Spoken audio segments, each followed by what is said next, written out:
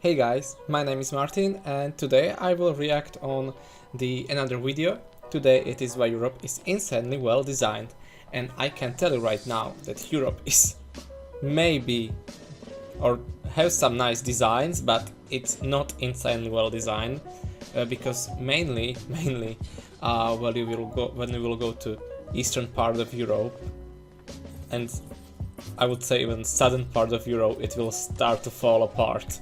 But yeah, let's start this video and we will see why is Europe insanely well designed. Okay, let's start the video. This is a map of Europe's mass transit railway system across 33 countries. I just want to say that literally this is just infographic. This is like, of course, not a thing. It doesn't look like this, and yeah, it's just an infographic. The yellow lines indicate the presence of a train line, and as you can see, it's very dense.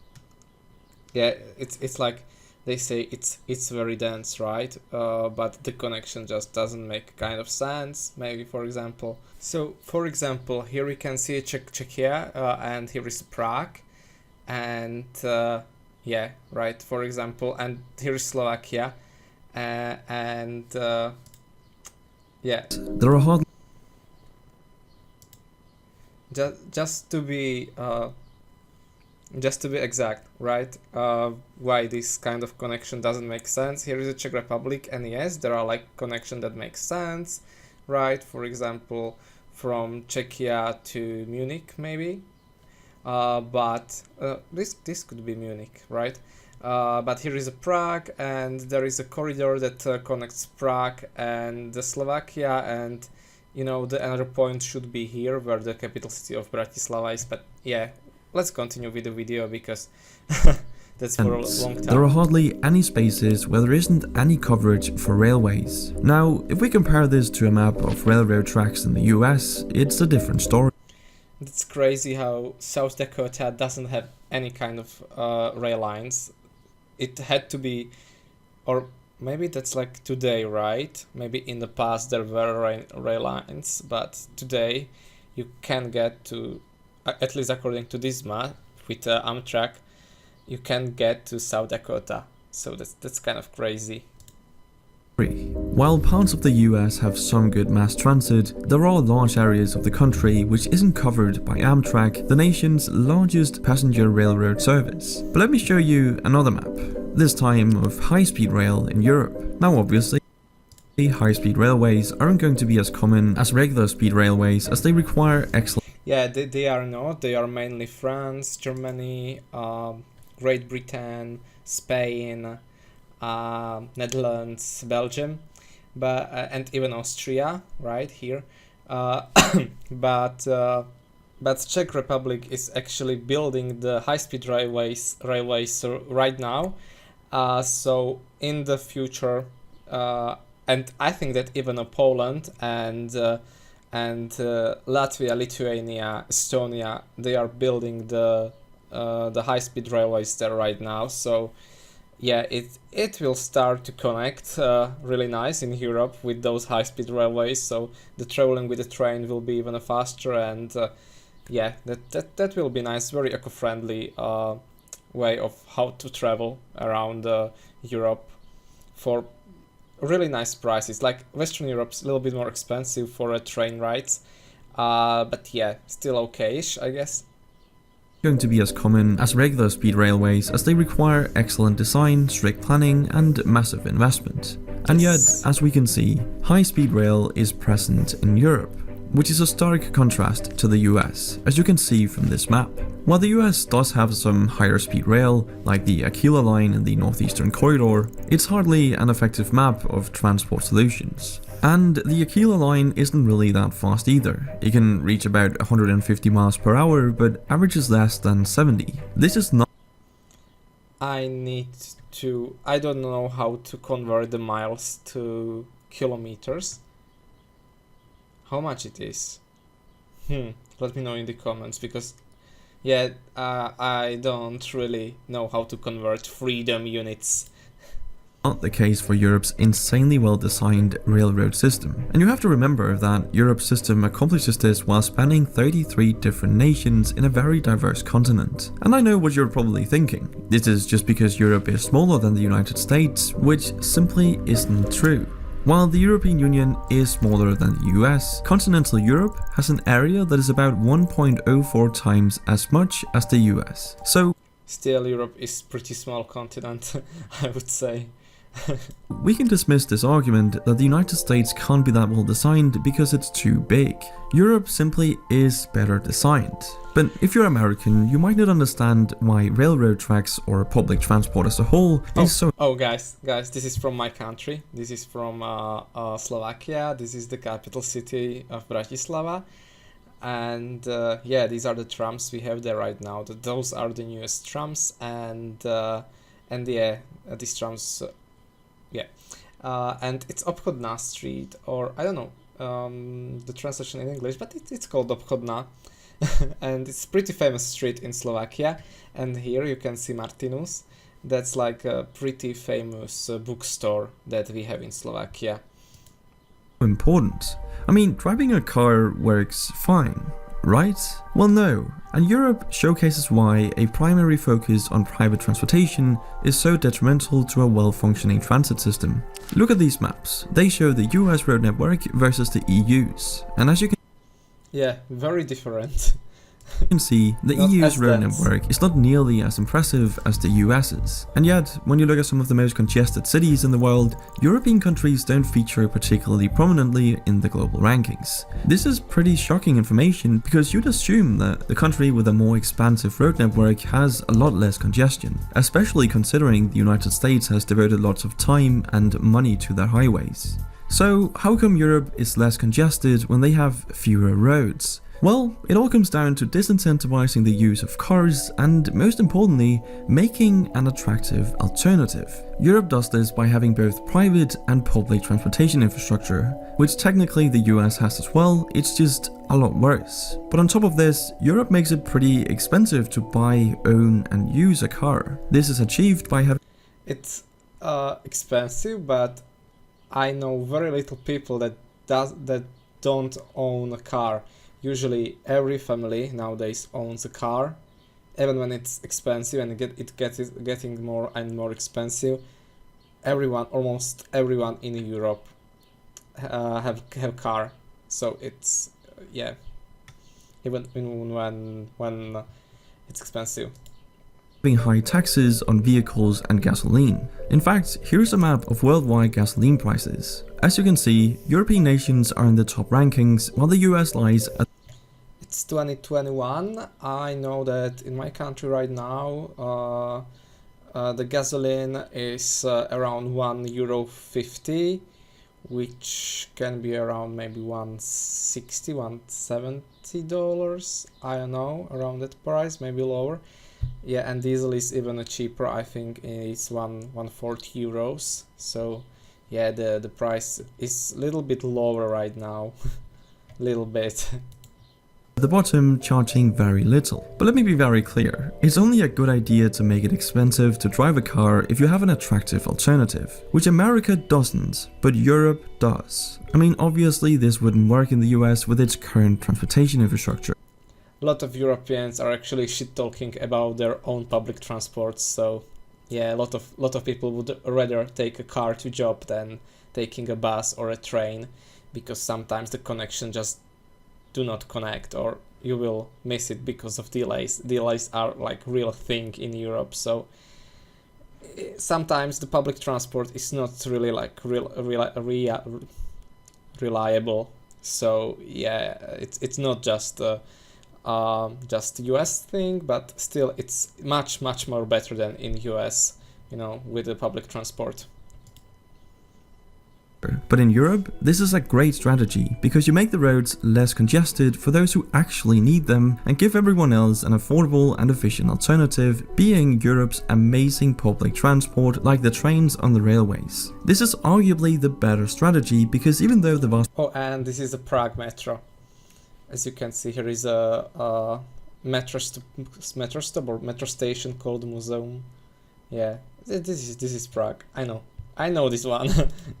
Majority of Americans have access to vehicles at around 91%, and gas is comparatively cheap, it still leaves 9% who don't have access to vehicles. What are these people who can't afford a car supposed to do? I mean, sometimes public transport isn't even an I don't know the how much it is in Europe on average, but from what I can see on our roads, even in Czech Republic where I'm studying right now, almost everyone has car. Not students, not every student has car, but a lot of students do have their own car or first cars, right? And later on they will buy just their first car after school, or yeah, it's a thing. Option, or simply too expensive for many. So you've now actively excluded those who aren't exactly the most well off from society. To make matters worse, some US cities actually got rid of their public transport to make room for more cars. I'm not joking. American streetcars like trams were actually removed to make way for bigger roads. But this thing happened even in Europe in some cities. Lot of cities in Europe actually lost their trams. Trams, for example, Ljubljana had trams in Slovenia, and a lot of other cities in the past they had like tram networks. I think the most significant it was in Great Britain, where they actually get rid of it in a lot of cities. So it is not just the US thing, it was happening in Europe too.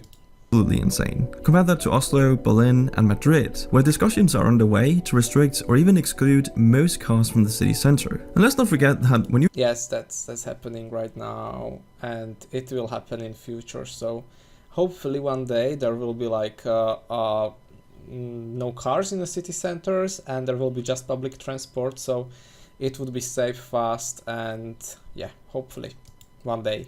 you have cars, you also need somewhere to park them. And this is where things start to become rather ridiculous. You see, the United States has 2 billion parking spaces for 250 million cars. That's 8 parking spaces per vehicle. In Europe, it's pretty much a 1-to-1 with around 250 million public parking spaces for 300 million cars. But to emphasize the ridiculousness of this even further, the area that the US dedicates for car parking is actually larger than the area dedicated for housing people. It's honestly unbelievable that people are being squeezed out of American cities due to regulators wanting to make more room for parking spaces. This simply wouldn't fly in the EU, as it has a whole policy dedicated to improving urban planning. See, the EU spent 115 billion euros between 2014 and 2020 to improve city design by making it smarter, greener, and more connected. Simply meaning they allocated funds to make their cities more efficient, more connected, and better for the environment. And better for the environment they really are,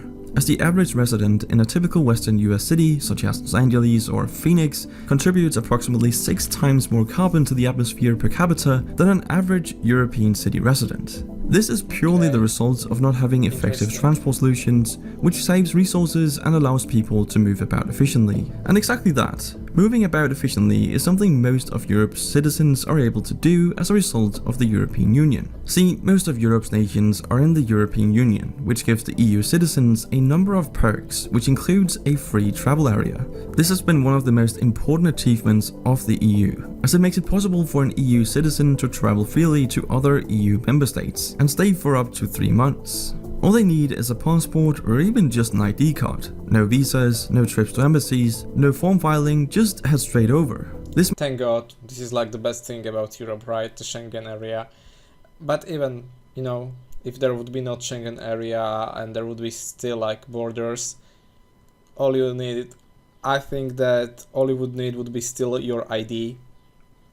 Because, for example, with ID, only with ID, I don't need a passport, for example, to Serbia or to Montenegro, or, you know, to the Balkanese countries that are not part of the EU.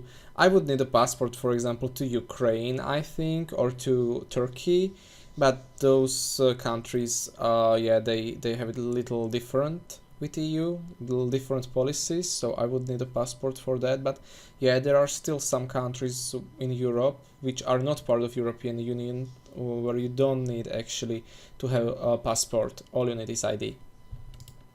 makes it incredibly easy to travel, study, and work in other countries and communities. And having this level of centralization is very important to good design, as it gives the smartest people the opportunity to work where they are most useful. And since I was studying. I'm actually studying in a foreign country right now. So yeah, I'm I'm studying in Czech Republic, and yeah, I was studying during my Erasmus program in Slovenia. So yeah, you have a lot of options, and they will pay you for that, for studying in a foreign country. If you are going through these programs like Erasmus, they will pay you. It's around 600 euros per month as a scholarship. So it's nice. It's nice to have some money to spare and to use there, and thanks to that you can explore the country and not being as broke as you would be if you would have to pay it for on your own, right? good design obviously requires a lot of complicated problem solving and planning, this is very smart. Another smart thing is the incredible biking infrastructure we see in Europe, perfectly illustrated by mainly Western Europe, Central Europe and Eastern Europe not that good. With I would say one big exception, that is Slovenia. They have a really nice biking, or they are started their a cycling culture, and they are just continuing with it, and it's turning out actually really good, and yeah. This map of bike path density in Europe. All the purple lines are bike paths, and there's clearly a lot of them. Yeah, but on the other side, as you can see, that Czech Republic looks really dense. A lot of those are actually on the normal roads, I would say, that they are not like separate roads for bike, but they are considered to be on that road where the cars are and other, bikes and cars and motorbikes. So yeah, I'm not 100% sure that these are for example, in Czech Republic, separated roads just for bikes, right? Especially towards the left side of the map, but that's just because this is the home of the Dutch, the Netherlands. Yeah, the Netherlands. Now, the funny thing is, I won't be able to compare this to a map of bike path density in the United States, because such a map hasn't been made. At least I wasn't able to find any, and I can only wonder why. But anyway, what Europe and also the European Union has achieved is pretty remarkable, as it's hard to think of another set of such diverse countries where you would be able to travel so freely, in an efficient and inexpensive manner. I mean, you can literally get from Paris to Amsterdam, for example, in just 3 hours for around $30. Imagine being able to travel all over Asia. But you need to buy the ticket in advance to get that kind of price. But it's possible. It is possible. It is definitely possible. Without any border crossings, checks or visas, and being able to stay for months at a time. That would be without visa or residency permit, I would say, for us Europeans, it's 3 months, I think. So you can go somewhere for 3 months. After 3 months, you can go to another country for 1 day, and then I think that you can go back, and you have another 3 months in that country. But I'm not 100% sure it is like this.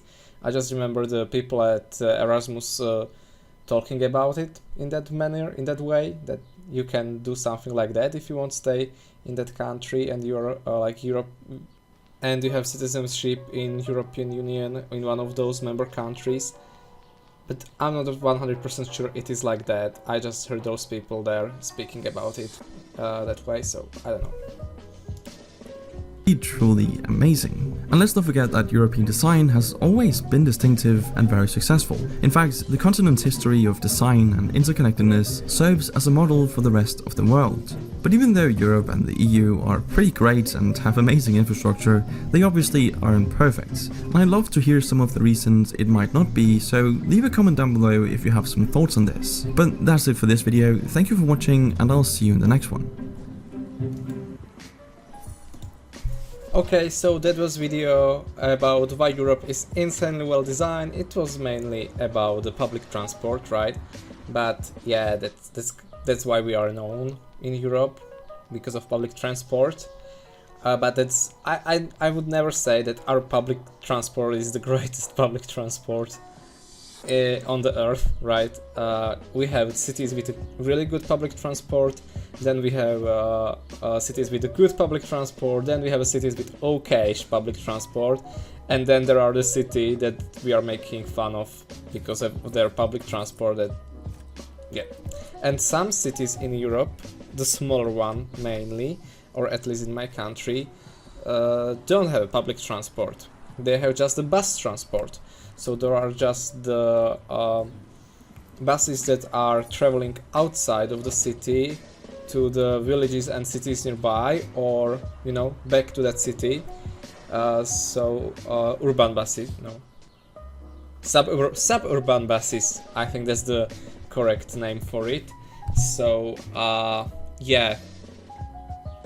But that's for a like different video. I think that I can find a video about that, about suburban buses in different European countries.